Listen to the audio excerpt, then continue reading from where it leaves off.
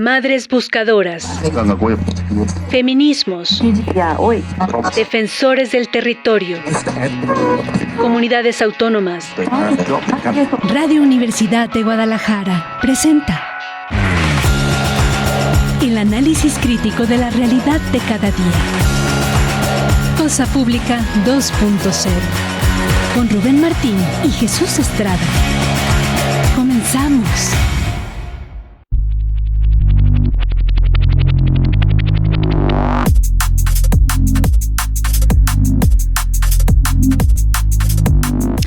Hola, ¿qué tal? Qué gusto que continúen con nosotros acá en Radio Universidad de Guadalajara. Bienvenidos ahora a Cosa Pública 2.0, este espacio donde preparamos una selección con los temas sociales y políticos más importantes en esta muy amplia agenda informativa de este día. Estamos transmitiendo en vivo este martes 4 de agosto del año 2026. Hoy vamos a compartirles varios asuntos. En la primera parte del programa vamos a enfocarnos en cuestiones de violencia acá en Jalisco, en particular la crisis en torno a personas desaparecidas, cómo siguen sumándose, acciones de protesta en búsqueda de personas recientemente desaparecidas, sobre todo acá en la zona metropolitana de Guadalajara. En concreto, vamos a comentarles el caso de familiares de dos jóvenes de 15 años de edad apenas que desaparecieron la semana pasada y ellos se manifestaron. También cuestiones que tienen que ver con los homicidios en nuestra entidad. Vamos a tener una entrevista también esta tarde en unos minutos con Abigail Castellanos. Ella es integrante del programa Ecosistema Informativo y Tecnológico de la organización Artículo 19, esta organización que defiende la libertad de expresión, y esto es para hablar de este polémico tema sobre la defensa de las audiencias, una propuesta que ha lanzado el gobierno de la presidenta Claudia Sheinbaum, una serie de justificaciones para que haya un mayor, sobre todo, control, rigurosidad de parte de los medios de comunicación para distinguir lo que es opinión, lo que es información, lo que es publicidad o propaganda, que haya más claridad en la información. Este contexto obviamente se ha envuelto en el clima político partidista y la oposición acusa a esta iniciativa de supuestamente tener fines de censura o autocensura en nuestro país. Hablaremos también de otras cuestiones que tienen que ver con la defensa del territorio y con la represión. Les damos un agradecimiento por escucharnos cada tarde, ya sea a través del 104.3 de FM en la zona metropolitana de Guadalajara o a través de la red Radio Universidad de Guadalajara en el resto de Jalisco, y también a través de nuestras cuentas en redes sociales, donde ya estamos transmitiendo en vivo Cosa Pública 2 en X o Twitter, Cosa Pública 2.0 en Facebook y Cosa Pública 2.0 en nuestro canal en YouTube, al cual le invitamos a que se suscriba y así recibe usted los contenidos que generamos cada tarde. Por cierto, ya están ahí en nuestra página en YouTube algunas entrevistas que realizamos la semana pasada, como el caso de la señora Cristina Pérez, madre de un joven desaparecido, quien nos denunció la demora en la entrega de los restos de su hijo de parte del Servicio Médico Forense, o también la entrevista que tuvimos la semana pasada con Susana Fiesco, vecina de la colonia Mirador de San Isidro, sobre el desalojo que sufrieron estos vecinos que están resistiendo de manera pacífica a la imposición de un proyecto inmobiliario de 10 torres ahí en esa colonia, que por cierto más adelante también le daremos detalles, porque mientras las autoridades les exigen a los vecinos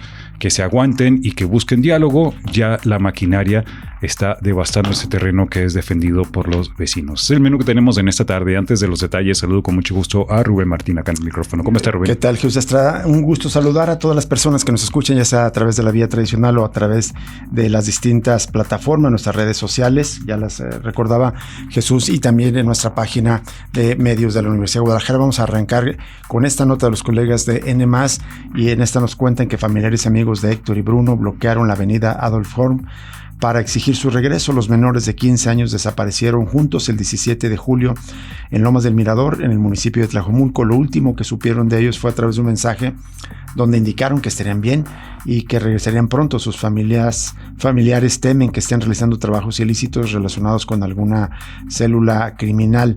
Algunos amiguitos, esto dijo Viridiana González, madre de Bruno, algunos amiguitos dicen que pues les ofrecieron una oferta de trabajo que ya les habían, como mencionado eso, entonces pues pensamos que por eso se fueron juntos. Añadió Viridiana González, el día que desaparecieron, de acuerdo Con esta madre le llegó un mensaje a las 12 de la noche donde los jóvenes les pedían no preocuparse. Héctor trabajaba en una purificadora de agua mientras que Bruno estudia la preparatoria. Su madre menciona que pasa los días buscándolo y tratando de obtener información acerca de su paradero. Su presentimiento le indica que los jóvenes se encuentran bien, sin embargo la angustia la consume conforme avanzan las horas. Obviamente esto ocurre en el contexto de aumento de desapariciones de jóvenes, sobre todo adolescentes, algunos relacionados con reclutamiento forzado. Y bueno, los familiares de estos dos jóvenes, Héctor y Bruno, realizaron un corte en la avenida Adolf Horn a la altura del fraccionamiento Los Cántaros. Esto fue este pasado domingo, exigiendo su regreso. Dicen los familiares o la señora Viridiana González: estoy pidiendo todos los días por él, sus hermanos lo necesitan, mi hijo no es malo, su familia lo necesita, que lo extrañamos en casa.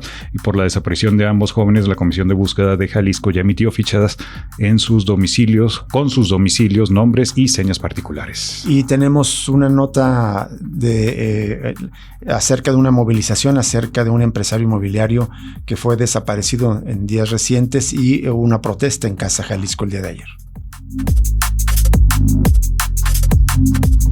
Amigos y familiares de Ricardo Cabezas Talavera, empresario inmobiliario de 45 años de edad, se manifestaron afuera de Casa Jalisco sobre la avenida Manuel Acuña para exigir a las autoridades su búsqueda y localización. Con pancartas y consignas, los inconformes solicitaron la intervención directa del gobierno del estado y de la fiscalía para agilizar las indagatorias, al señalar que han pasado días sin información sobre su paradero. Los manifestantes aseguraron que Talavera es un hombre trabajador y reconocido en el sector inmobiliario, por lo que su desaparición ha causado consternación entre colegas y seres queridos. Para UDG Noticias, Henry Saldaña.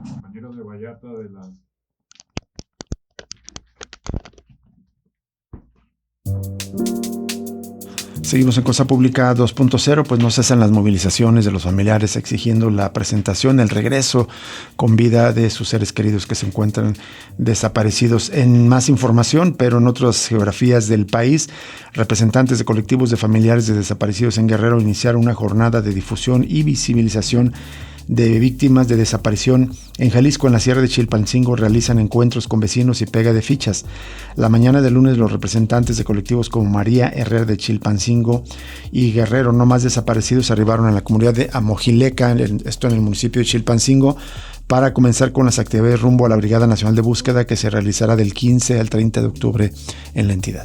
En esta nota de la jornada citan a Juan Carlos Trujillo, quien es uno de los fundadores del colectivo María Herrera, y explicó que la intención de las actividades de la jornada es que la ciudadanía busque el acercamiento con sus iglesias católicas para informar de manera anónima la posible ubicación de fosas clandestinas, esto como parte de los acuerdos por la paz. En su intervención, la señora María Herrera Magdaleno, madre de 4 desaparecidos en el país, 2 en Veracruz y 2 en Guerrero, así como pilar de las Madres Buscadoras en México y fundador del colectivo que lleva su mismo nombre, indicó que es necesario que en el país se frene de inmediato el delito de desaparición de personas. No queremos ya más personas desaparecidas, no queremos ya más dolor, no queremos más niños huérfanos, inestables e inseguros por no tener un padre, porque los padres son el pilar del hogar. Ya no queremos más sufrimiento ni dolor, y con las manos de la ciudadanía y en manos de la ciudadanía está que podamos lograrlo. ¿Cómo? Apoyándonos, dijo. También habló Diana Rufino Tapia, dirigente del colectivo Hasta Encontrarlos Guerrero, quien dijo que la intención no estamos buscando ni señalando culpables, sino simplemente que se pueda informar sobre la posible localización de fosas en donde haya restos humanos. No nos importa qué hicieron con nuestros familiares ni cuáles fueron los motivos, lo que queremos es encontrarlos y que ellos tengan una sepultura digna. Para nosotros poder tener esa tranquilidad y esa paz y saber dónde están y saber que no están con vida. Vivimos en un cúmulo de emociones, no sabemos si están o no están con vida. Siempre que escucho, y lo hemos escuchado decenas de veces, probablemente cientos de veces, esta razón de madres y familiares buscadores, ya no es exigir justicia, es decir, no queremos saber los motivos ni por qué lo hicieron, no importa si cometieron un delito, o sea, es decir, ya no buscan justicia, justicia, sino solamente cerrar un duelo. Regresando a la nota de los colegas de la jornada, al llegar al centro de Amojileca, los familiares de desaparecidos fueron recibidos por el sacerdote Baltasar Vega Ramos, quien reconoció la labor de las madres buscadoras y comprometió que la Iglesia Católica sea un aliado de los colectivos e incluso pueda recibir información sobre la posible ubicación de fosas clandestinas. El sacerdote encabezó una misa de acción de gracias por el inicio de la jornada por parte de los colectivos. Antes del ingreso de los familiares al templo, el sacerdote llamó a orar por las almas de las personas fallecidas por la violencia, incluso por aquellas que no han sido localizadas. Y bueno, al final recuerda que en esta jornada realizaron estas personas visitas a diferentes localidades de Guerrero, donde hay personas desaparecidas, y se recuerda que en total 17 personas desaparecieron entre el 21 y el 27 de octubre del año 2024. El 6 de noviembre de ese mismo año, los cuerpos de 11 de los desaparecidos fueron encontrados en la batea de una camioneta abandonada en la autopista del Sol, y desde entonces no se sabe nada de los otros 6 desaparecidos. En más información sobre guerra informal, de acuerdo a una nota de los colegas de NTR, este lunes el INEGI, el Instituto Nacional de Estadística y Geografía, publicó las cifras preliminares de defunciones por homicidio del 2025, y los datos muestran que el año pasado hubo 4 homicidios diarios en promedio aquí en Jalisco. De acuerdo con la revisión del INEGI, Jalisco acumuló 1,396 defunciones por homicidio en el año pasado. Esta cifra corresponde al primer año de gobierno completo de Pablo Lemus Navarro y representó una reducción de 44.7% con respecto al 2019, el primer año del gobierno de su antecesor Enrique Alfaro Ramírez, el cual se vio marcado por niveles históricos de violencia letal al superar los 12,000 homicidios y registrar más de 1,700 defunciones por asesinato anuales. El pico ocurrió justamente en su primer año de gobierno, 2019, cuando ocurrieron 2,525 asesinatos. Según estos datos del INEGI, la cifra del primer año de la gestión de Lemus también representa una baja con respecto al 2013, el primer año del gobierno de Aristóteles Sandoval, cuando se registraron 1,491 defunciones por homicidio. En cuanto a tasa, en 2025 fue de 16 homicidios por cada 100,000 habitantes. Esto es menor a la de 2019, cuando fue de 30, y a la de 2013, que fue de 19 homicidios, más no es la menor en los últimos años, ya que en 2014 la tasa de asesinatos por cada 100,000 jaliscienses fue de 13 y en 2015 de 15 asesinatos. A nivel nacional, el INEGI contabilizó 27,989 defunciones por homicidio y una tasa de 21 homicidios por cada 100,000 personas. Guanajuato fue el estado con más homicidios al reportar 3,249, seguido por el Estado de México con 2,575 y Chihuahua con 2,106. Por tasa a nivel nacional, Colima lidera con 89 por cada 100,000 habitantes, estado que fue seguido por Morelos con 58 y Sinaloa con 57 por cada 100,000 habitantes. Y bueno, ya al final recuerda que la mayoría de los homicidios ocurrieron por arma de fuego. De las 1,396 defunciones por homicidio, 493 se debieron a una agresión con disparo de arma de fuego. Y más adelante añade otros medios de comisión de estos asesinatos. 83 asesinatos fueron causados por medios no determinados en calles y carreteras, 82 más con objeto cortante en calles y carreteras y 80 por medios no especificados. Bueno, en otra nota, la muerte de un elemento de la Policía Estatal y una mujer de 25 años cuyos cuerpos fueron localizados al interior de una unidad oficial en El Salto movilizó durante la madrugada de este lunes a corporaciones de seguridad y personal ministerial. El hallazgo ocurrió durante la madrugada en la comunidad de San José del 15. Un transeúnte alertó a las autoridades tras observar el vehículo oficial estacionado con el motor encendido y 2 personas inconscientes en su interior. Dice que ambos tenían heridas producidas por arma de fuego, por lo que la zona fue acordonada, y las primeras líneas de investigación apuntan a que el policía, quien se encontraba en su día de descanso franquicia, habría disparado contra su acompañante, contra la mujer, y después se habría quitado la vida, pero esa versión deberá ser confirmada por las investigaciones. Nos vamos a una pausa y regresamos con la entrevista de esta tarde.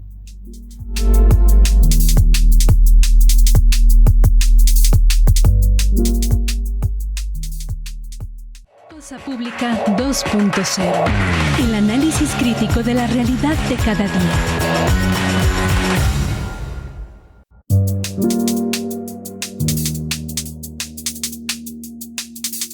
Seguimos en Cosa Pública 2.0 y ya estamos enlazados en esta videollamada con Abigail Castellanos. Ella forma parte de esta organización Artículo 19, específicamente el programa Ecosistema Informativo y Tecnológico de Artículo 19, una organización dedicada justamente a la vigilancia del derecho a la libertad de expresión en México y en Centroamérica.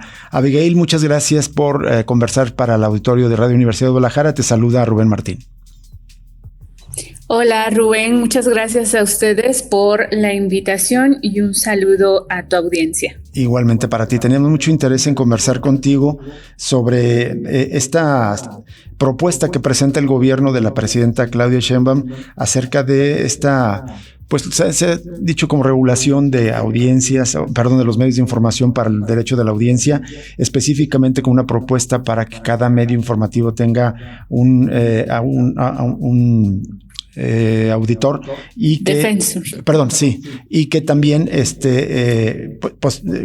puede contemplar eventualmente algunas multas. ¿Cómo se está viendo desde Artículo 19 esta propuesta? Bueno, pues el pasado 23 de julio se presentó, se hizo esta convocatoria en las páginas de la Comisión Reguladora de Telecomunicaciones, que como sabemos el año pasado, en julio, se dio esta reforma a la Ley General de Telecomunicaciones y bueno, en esta ley se dispone de la creación de lineamientos para el derecho de audiencia.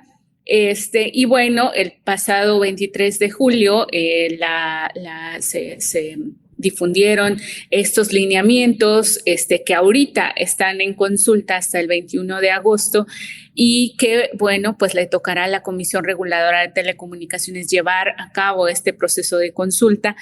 Pero algo que llama la atención desde la misma publicación de estos lineamientos, pues es que fueron presentados en la mañanera por la consejera jurídica y también por la Agencia de Transformación Digital, que bueno, es una dependencia a la cual responde la Comisión Reguladora de Telecomunicaciones, pero que al final no tuvimos ahí la presencia de los comisionados como para dar a conocer de qué van estos lineamientos y bueno, qué tendría que responder a algunos cuestionamientos que se dieron en esa misma mañana. Y bueno, se da esta publicación de los cuales estos lineamientos pues están en revisión, en observación, análisis por la ciudadanía y que pues está en consulta, ¿no? Para recibir cualquier comentario, análisis, la espera también de que pues estos lineamientos se puedan ir modificando con base en lo que la ciudadanía, los periodistas, los medios de comunicación pueda enviar respecto a ellos. Pero hay algo que sí en Artículo 19, pues nos genera una preocupación, sobre todo porque la organización pues ha sostenido de manera consistente que los derechos de las audiencias pues constituyen esta garantía indispensable para fortalecer sobre todo el derecho a la libertad de expresión, pero también el derecho a la información, que la información que se recibe en los diversos medios pues pueda ser plural, pueda ser transparente, toda aquella información que estén promoviendo los medios de comunicación, llámese radio, llámese televisión. Sin embargo, también pues hemos advertido de manera consistente que dichos derechos no deben convertirse en mecanismos de censura o de un control estatal, sobre todo en contenidos editoriales y periodísticos. Y es lo que estamos observando precisamente con estos lineamientos, sobre todo en algunos artículos en particular. No estamos hablando, tiene estos lineamientos algunos artículos que decimos, bueno, qué bueno, porque porque son necesarios, pero también hay que hacer observaciones para aquellos artículos que pueden generar un control, sobre todo en la línea editorial de los medios de comunicación, de televisión y de radio, y que bueno, por ahí va nuestro análisis que hemos realizado y que pues vamos a enviar en este proceso de consulta que está de los lineamientos.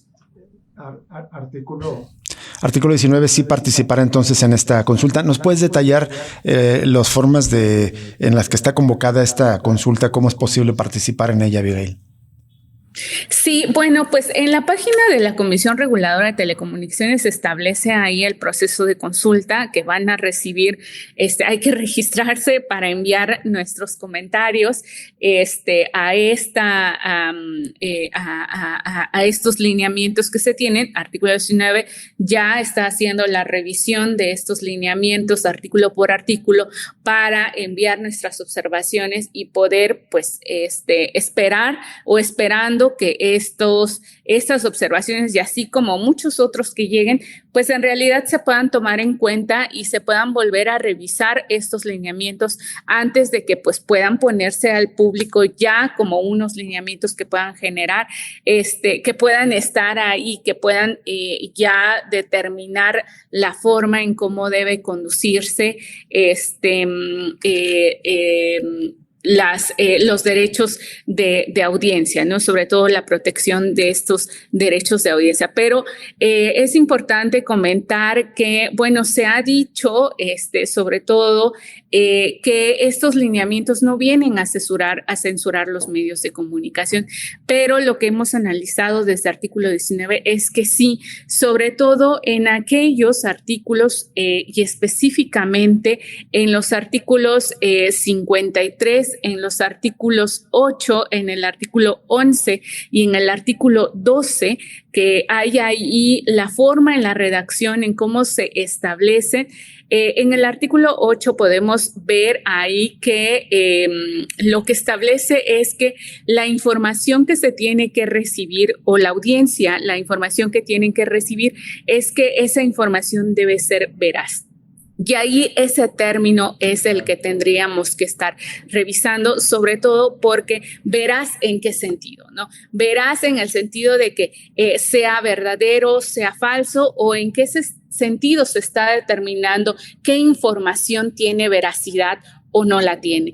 Y eso tiene que ver con algo que ya está establecido en el principio 7 de la Declaración de Principios sobre la Libertad de Expresión, que tenemos ya un estándar interamericano al respecto, donde pues establece que los condicionamientos previos, como la veracidad, por parte del Estado son incompatibles con la libertad de expresión.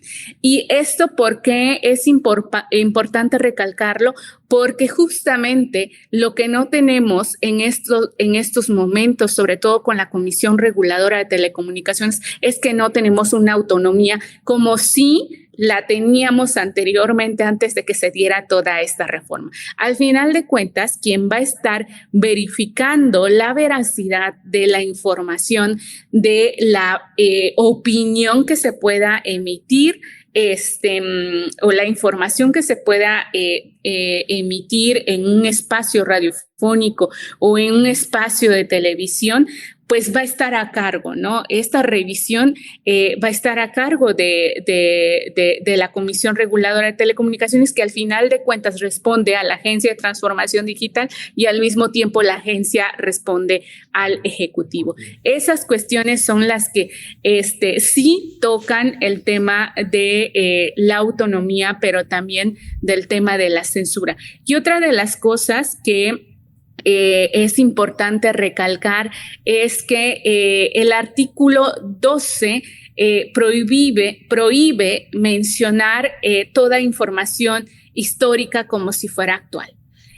En cualquier contexto de cualquier estado, no podemos decir que no podemos no hablar de una cuestión histórica como lo son las graves violaciones de derechos humanos, como es el acceso a la verdad y memoria, si no nos vamos a un tema de contexto, ¿no? Entonces, ahí es donde, bueno, no podemos arrancar y decir, pues esto está sucediendo y no decir qué es lo que ha pasado. Y eso, por ejemplo, es el caso, por ejemplo, de Ayotzinapa. Claro. No se puede presentar como actual a pesar de que pues sigan habiendo estudiantes desaparecidos. Entonces no podemos hablar de una prohibición al tema de contexto si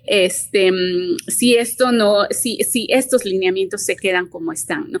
Y ahí es justamente ese riesgo que nosotros estamos observando por estos etiquetados insuficientes, por la información insuficiente que hay todavía en los lineamientos y que lo deja muy vago, deja muchas lagunas ahí que se pueden interpretarse de distinta forma. Y bueno, para no llevarme más tiempo en este espacio, justo una de las cosas que estamos observando y que es una cuestión de forma, pero al final de cuentas tiene una cuestión de fondo y va a tener una cuestión de impacto, porque en el artículo 54, en el último artículo, establece lo del tema de las multas. Y ahí nuestra preocupación es que está hablando sobre el artículo 282 de la Ley General de Telecomunicaciones, pero el artículo 282 no habla sobre nada de las multas, no habla sobre estos porcentajes que se están estableciendo aquí, sino el artículo que habla sobre estos porcentajes del 0.01%, en realidad viene en el artículo 295 de la ley, pero solamente se establece esta multa ante 3 condiciones específicos y lo voy a comentar. Establece específicamente ahí en este artículo 54 y en el artículo 295 que estas multas aplica específicamente si no se pone a disposición mecanismos de defensa de las audiencias, si no se nombra una persona defensora o si no se emiten códigos de ética. Lo cual son 3 preceptos por los cuales, o 3 conductas por los cuales se tendría que aplicar una multa, de acuerdo con el artículo 295 de la Ley General de Telecomunicaciones. En estos lineamientos no establece eso, no dice, no coloca el artículo 295, sino coloca el artículo 282 de la Ley de Telecomunicaciones, lo cual es incorrecto. Pero si se queda de esa manera, la duda es, como no hay claridad de los lineamientos, ¿no? De a qué se va a generar esa multa, puede sancionarse cualquier cosa. Eso es. Entonces, desde la parte de la información histórica, desde la información que si es veraz o no, todo eso, todos los lineamientos tendrían que multarse si no se respetan. Por eso es muy importante sí contemplar en qué sentido va y de decir, bueno, hubo un error en los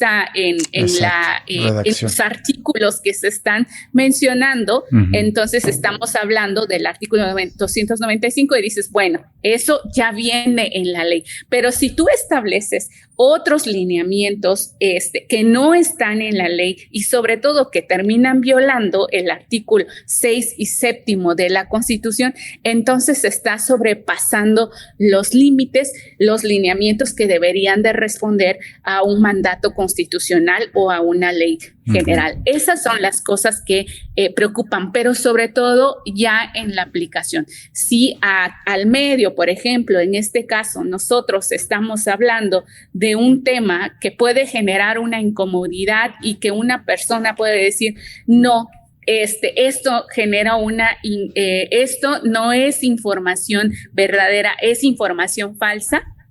Esto puede llevar a la radio, ¿no?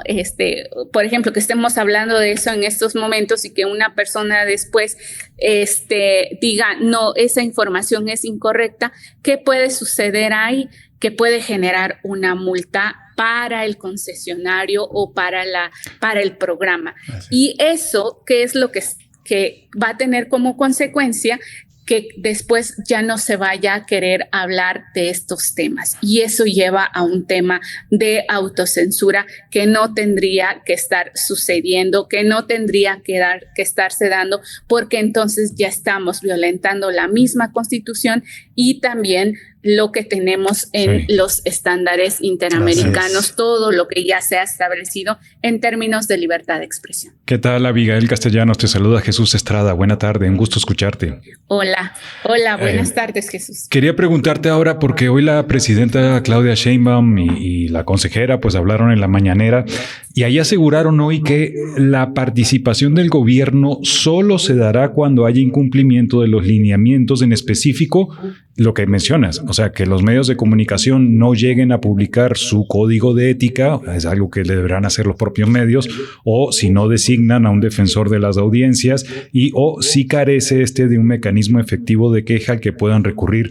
los ciudadanos. Aseguró que esa sería la única intervención del gobierno a partir de estas cuestiones y dice que no hay limitación en los contenidos de los programas. Lo único que hace una distinción en el caso de algunos programas, pienso que nosotros, por ejemplo, a veces, que somos una combinación de información y de opinión, pues solo colocar una especie de pleca al inicio del programa aclarando que hay información y opinión. Pero según lo plantea la presidenta, pues no, supuestamente no hay riesgo de censura o autocensura.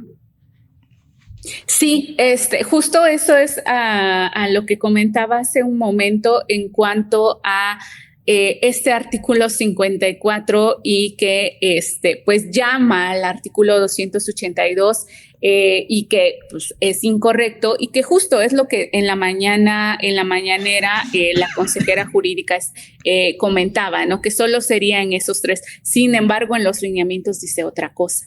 Y si no se cambia en los lineamientos a como lo están diciendo en la mañanera, entonces estamos ante un riesgo justamente de que todo lo que se incumpla de los lineamientos va a ser multado. Ahora, en el tema de, bueno, qué bueno que están aceptando que justamente ellos únicamente van a multar o entrarían cuando se incumple eso, pero sí hay que dejar claridad de ello, porque al final de cuentas, si en algún momento dijeran la Comisión Reguladora va a aplicar todos las multas, sanciones o lo que corresponda ante los incumplimientos de los lineamientos, al final estamos hablando de una institución que depende del Ejecutivo, ¿no? Que no tiene una autonomía. Si hubiera una autonomía, creo que sería muy distinto, pero en estos escenarios que tenemos no hay una autonomía. Ahora, en el tema que establece sobre el uso de las plecas, es también algo que no se tiene dentro de los lineamientos, una seguridad y mayor información o que esté más detallado en qué sentido. Sería ideal que, bueno, creo que ya se hace en los medios de comunicación, ¿no? Que al principio y al final se da la información de que todo lo que se vierta, todo lo que se hable, se informe en ese espacio, pues contiene información y contiene opinión. No hay una necesidad de que cada 10 segundos, cada minuto estemos agregando esta información de ahora la opinión, ahora la información, y es ahora que entra la información, ahora entra la opinión. Si nos metemos en eso, va a ser más complicado y va a llevar también a los medios a un tema más técnico de tener que meter a cada rato estas plecas que vienen en estos lineamientos, ¿no? Creo que ahí también tendría que haber cierta claridad dentro de estos lineamientos, en qué momento sería eso, y lo ideal es que se quedara de manera genérica, que cada programa, que cada concesionario pueda decidir sobre eso, porque si implica que esté dentro de los lineamientos y se diga en qué sentido sería o se deja a manos de la Comisión Reguladora de Telecomunicaciones, seguimos hablando entonces que hay una intervención directa del gobierno sobre la línea editorial o cómo tendrían que hacer su trabajo los medios de comunicación, los concesionarios o los programas. Abigail, finalmente me parece que en este ambiente un tanto polarizado entre el oficialismo y la oposición, casi cualquier tema, prácticamente a veces desde la oposición se desdeña y desde el oficialismo se defiende. Así he leído yo algunos comentarios de algunos simpatizantes del gobierno de la Cuarta Transformación que lo defienden como estos lineamientos generales justo para la protección de los derechos de las audiencias, y sin embargo desde la oposición casi de manera generalizada se habla como de censura. Desde artículo 19 lo ves, ese riesgo, que sí hay un riesgo de censura. Sé que lo matizaste muy bien, no está muy claro todavía en esta convocatoria la cita de algunos artículos, pero quizás lo más grave sería que al final quien decide que es veraz es la Comisión Reguladora de Telecomunicaciones, que depende de esta oficina que citaste de telecomunicaciones, y al final son dependientes directamente del Poder Ejecutivo. ¿Ese sería el riesgo central? Sí, si hay una intervención constante del Ejecutivo, y como lo vuelvo a decir, la Comisión Reguladora de Telecomunicaciones no tiene una autonomía, sí hay riesgo de censura, pero también de un control en la línea editorial de los medios, qué se puede decir y qué no se puede decir. Y en términos de censura, ya lo comentaba hace un momento, ¿no? El decir qué información es veraz, de decir qué información puede ser falsa o verdadera, también ya contiene ahí una cuestión donde pues se va a pedir, hay una parte de los artículos justamente donde habla donde la Comisión Reguladora de Telecomunicaciones y que el defensor de audiencias que tenga cada medio va a tener que hacer la revisión y hacer la recomendación de la modificación de la información ahí que vaya surgiendo y que en algún momento tenga que estar en revisión. Eso es lo que puede llevar justamente a determinar qué información tendría que modificarse y qué información podría mantenerse. Ahí están como los riesgos en cuanto al uso y a la aplicación de estos lineamientos. Sin embargo, lo que estamos esperando en artículo 19 es que las opiniones, los comentarios, las recomendaciones que puedan recibir de las personas, de personas expertas también en la materia, y de lo que han visto también los medios de comunicación, puedan retomarse y pueda actualizarse estos lineamientos con base en los derechos humanos, con base en los derechos que tenemos, sobre todo ya marcados en materia de libertad de expresión y en materia de derecho a la información, sin sobresaltarse o sin sobrepasarse de lo que ya establece la Ley General de Telecomunicaciones, que también tuvo su momento en donde se tuvo que ir a revisión nuevamente, y creo que ya lo que viene en la Constitución, específicamente en los artículos 6º y 7º, y bueno, en los estándares que tenemos y de diferentes sentencias que también ya hablan sobre estos temas en cuanto a la obligación de los estados a pues evitar generar censura o un control editorial, un control de los medios o un control en la línea editorial de los concesionarios. Finalmente, y si se puede, breve, porque ya nos tenemos que ir a pausa, Abigail, ¿sería un avance que esta propuesta para que cada medio tenga un defensor de las audiencias? Creo que eso ya se tiene, ¿no? O sea, ya se aplicaba antes. El tema es qué tanto estamos promoviendo ante ello los derechos de la audiencia. Ya lo comentaba yo al principio de mi intervención, ¿no? Desde artículo 19 consideramos que eso es muy importante porque habría donde con quién revisar si hay alguna queja, a dónde entregarlo, con quién tener la conversación, la comunicación o a quién dirigir lo que estamos observando dentro de nos. Sin embargo, esto no tendría que sobrepasar, tampoco tendría que ser como la mano vigilante del Estado, el defensor de las audiencias, sino que también tendría que tener cierta autonomía, ¿no? Y sobre todo las personas, ¿no? Creo que quienes somos usuarios y quienes estamos recibiendo información constante, creo que tenemos criterio propio para determinar qué queremos escuchar, qué queremos oír, qué información queremos recibir. Muy bien. Abigail Castellanos, muchísimas gracias por aceptar conversar con nosotros para la audiencia de Radio Universidad de Guadalajara.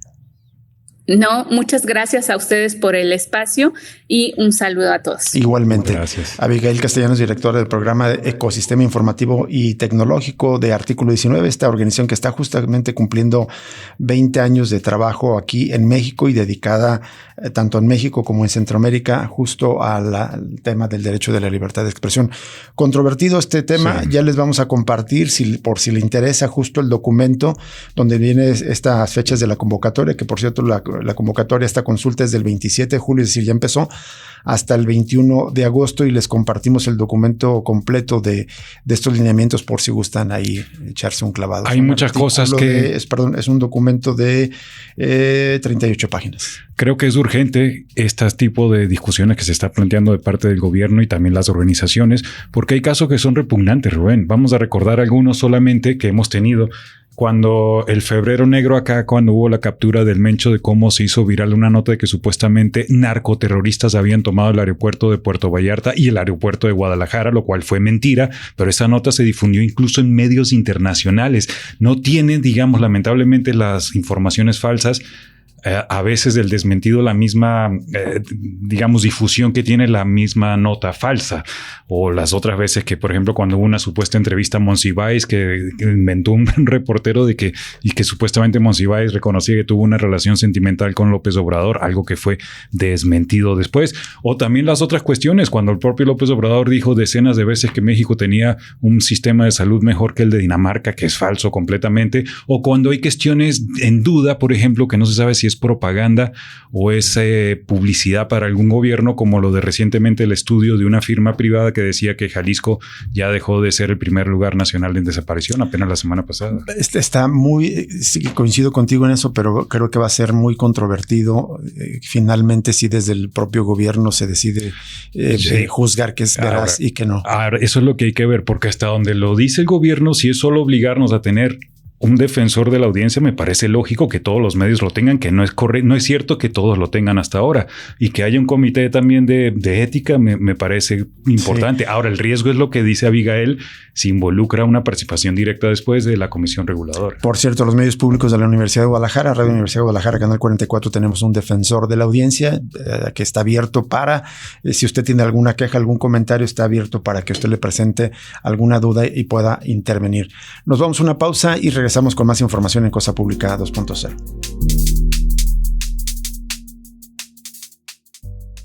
Cosa Pública 2.0. El análisis crítico de la realidad de cada día.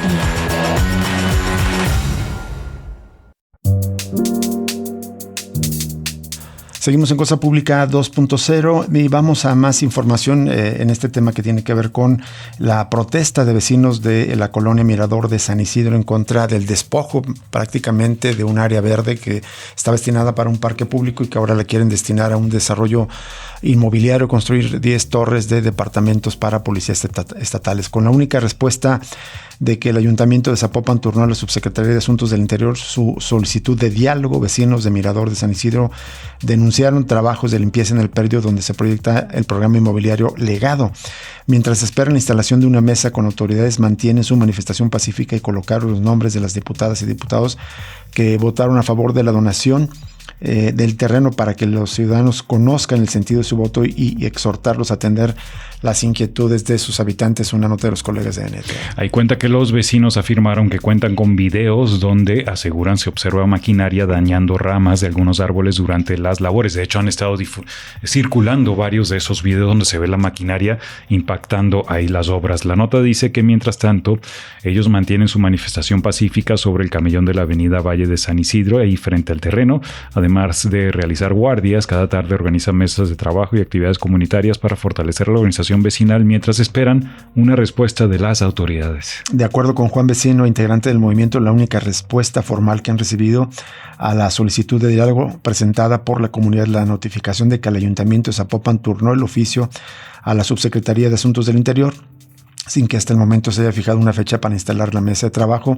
Y como parte de la protesta, los vecinos colocaron en el campamento los nombres de las diputadas y diputados que votaron a favor de la donación del predio en el Congreso del Estado y explicaron que la intención es informar a los ciudadanos sobre el sentido de la votación y exhortar a las y los legisladores a atender inquietudes de la comunidad y participar en una mesa de diálogo. Lo que piden es que los legisladores que respaldaron el proyecto expliquen los motivos de su decisión y escuchen directamente las preocupaciones de los habitantes sobre el desarrollo habitacional. Y también el colectivo informó que ya presentó los recursos legales para frenar o intentar frenar el proyecto mientras continúa el trámite de su solicitud de incorporación al mecanismo de protección para personas defensoras de los derechos humanos y periodistas. Esto pues a partir del desalojo que sufrieron la semana pasada en la madrugada. Y en más sobre temas de la ciudad neoliberal, los colegas de NTR reseñan un documento, una investigación sobre el tema de las inundaciones y dice que Guadalajara enfrenta rezago en gestión de riesgos por expansión urbana. La expansión acelerada del área metropolitana de Guadalajara ha incrementado su vulnerabilidad ante inundaciones y otros fenómenos hidrometeorológicos, pese a que la región cuenta con instrumentos de planeación y estrategias de resiliencia para enfrentar estos riesgos. Esto señala el investigador José Juan Pablo Rojas Ramírez en el estudio Gestión Adaptativa y Riesgos Hidrometeorológicos, Reducción de Inundaciones y Resiliencia en el área metropolitana de Guadalajara. Ahí cuenta el documento que el crecimiento territorial de la ciudad, cercano al 4.2% cada año desde 2010, ha favorecido un modelo urbano caracterizado por la expansión de la periferia, la impermeabilización del suelo y la modificación de cauces naturales, factores que han triplicado los puntos críticos de inundación en las últimas 2 décadas hasta alcanzar casi 570 sitios de alto riesgo en la ciudad. Vamos a una pausa y regresamos para cerrar Cosa Pública 2.0 de este martes 4 de agosto.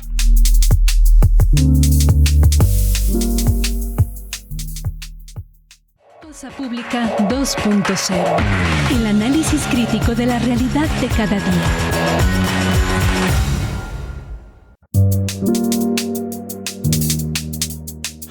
Seguimos en Cosa Pública 2.0 ya en nuestros últimos minutos que nos quedan. Vamos a temas que tienen que ver con la crisis del agua. Una nota de nuestra compañera Eli Ortiz aquí en UDG Noticias nos cuenta que por la baja en recursos federales para Jalisco se estima un déficit de 2.500 millones de pesos. Incluso el proyecto del segundo acueducto de Chapala está en riesgo. El secretario de Hacienda, Luis García Sotelo, se quejó de que Jalisco es la tercera entidad más afectada por la disminución de las participaciones federales. Ahí citan al funcionario, quien dice que el gobernador le ha pedido a la presidenta, dice con mucha claridad desde el día 1, estos son los proyectos estratégicos del estado de Jalisco y estamos a la espera de que esos proyectos hayan sido avalados por la federación. Y también dice o explicó que las participaciones federales están sujetas a la recaudación de impuestos y que antes había un fondo de estabilización, entonces cuando no llegaban de la federación los estados recibían los recursos de ahí, pero como ahora este fondo no tiene recursos, lo que se hace es potenciarlo. Dice, eso significa que la federación pide que todas las entidades firmen un consentimiento para que la federación se endeude por ellas con cargo a las participaciones, según dijo, y el resultado es que Jalisco termina pagando más por esa deuda que por los recursos que le tocan. En otra nota relacionada con este tema, la crisis por la mala calidad del agua que afectó a cientos de colonias del área metropolitana de Guadalajara durante este año no fue un hecho aislado, sino la consecuencia de décadas de infraestructura obsoleta, sobreexplotación de acuíferos, contaminación de las fuentes de abastecimiento y una gobernanza deficiente. Esto concluyó el Consejo Ciudadano Metropolitano en su recomendación 01-2026, de acuerdo a una reseña que hacen los colegas del Occidental. Ahí la compartiremos la nota. El documento pues hace un recuento de los principales hallazgos, por ejemplo, que el CIAP opera sobre una infraestructura cuya parte más antigua data de 1956 y que las pérdidas de agua por fugas alcanzan entre 35 y 50% del agua, y advierte que el crecimiento urbano ha superado la capacidad del sistema de abastecimiento. En este documento se recuerda que a partir del 17 de marzo de 2026 habitantes de decenas de colonias comenzaron a denunciar agua turbia, negra y con olores desagradables. Aunque el CIAPA reconoció oficialmente afectaciones en 176 colonias, el Consejo cita registros que documentan reportes en al menos 475 colonias entre enero de 2025 y enero de 2026, lo que evidencia que el deterioro venía manifestándose desde meses antes de esta crisis que ya se hizo mediática. Y bueno, el documento también refiere que investigaciones universitarias detectaron niveles de turbiedad hasta 13 veces superiores a lo permitido por la norma, además de microorganismos, algas y ausencia de cloro residual en diferentes muestras, mientras que vecinos reportan impactos a la salud como irritaciones en la piel, problemas gastrointestinales y caída de cabello.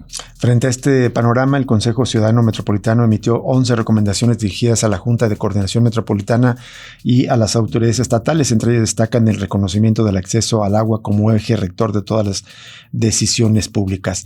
Y más adelante, ya para cerrar, Juan Guillermo Márquez, coordinador del Observatorio Ciudadano para la Gestión Integral del Agua, dijo que la presencia de coliformes fecales y metales pesados en la red del CIAPA no solo vulnera el derecho humano a un insumo de calidad, sino que atenta directamente contra la salud de la población. Un poco de eso nos lo comentó Juan Guillermo Márquez también la semana pasada. Por cierto, que ese documento del Consejo Ciudadano Metropolitano también rechaza cualquier esquema de privatización para el CIAPA. Es importante también ese aspecto de las recomendaciones. Con esto llegamos al final de Cosa Pública 2.0 en este martes 4 de agosto. Lo invitamos a permanecer en sintonía. Ya estamos de vuelta después de las vacaciones en Radio Universidad de Guadalajara.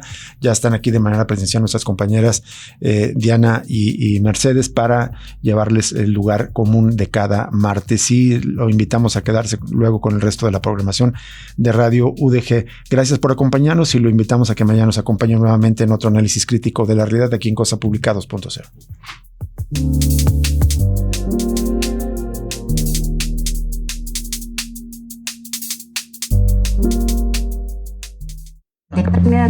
Madres buscadoras, feminismos, defensores del territorio, comunidades autónomas.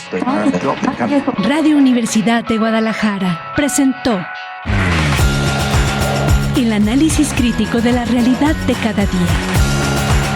Cosa Pública 2.0 con Rubén Martín y Jesús Estrada. 104.3 FM.